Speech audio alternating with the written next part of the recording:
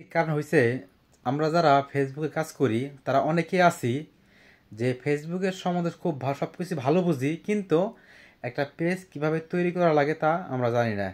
অবশ্যই পুরো ভিডিওটা দেখবেন, দেখার পরে আপনি অবশ্যই একটা পেজ কেমন তৈরি করা লাগে আপনি বুঝতে পারবেন। আমরা যাদের এই ফেসবুক অ্যাপটি ওপেন করা নাই তারা অবশ্যই ওপেন করে নেবেন, প্লে স্টোর থেকে ডাউনলোড করে নেবেন। নেওয়ার পরে যখন আপনার ডাউনলোড করা হয়ে যাবে তখন আপনি এই অ্যাপসে ঢুকবেন। অ্যাপসে ঢোকার পরে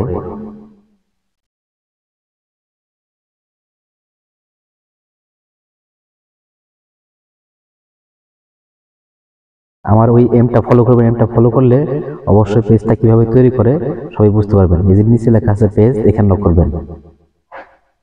আমার অসংখ্য পেজ এখানে তৈরি করা আছে, আমি সবগুলো ইউজ করি না, 2-3টা ইউজ করি।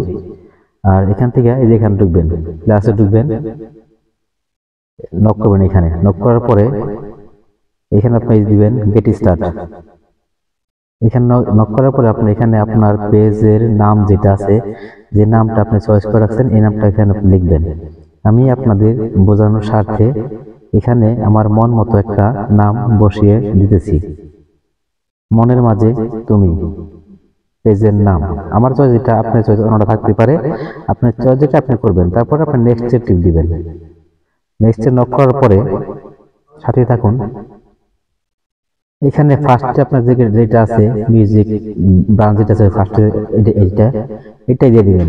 দেওয়ার পরে এখন আপনি নিজে আসবেন, লক করবেন। একটু ধৈর্য ধরতে ওই কারণে আমার নেটটা স্লো, কাজ একটু কম করতেছে, এই জন্য হয়তো বা সময় লাগতেছে।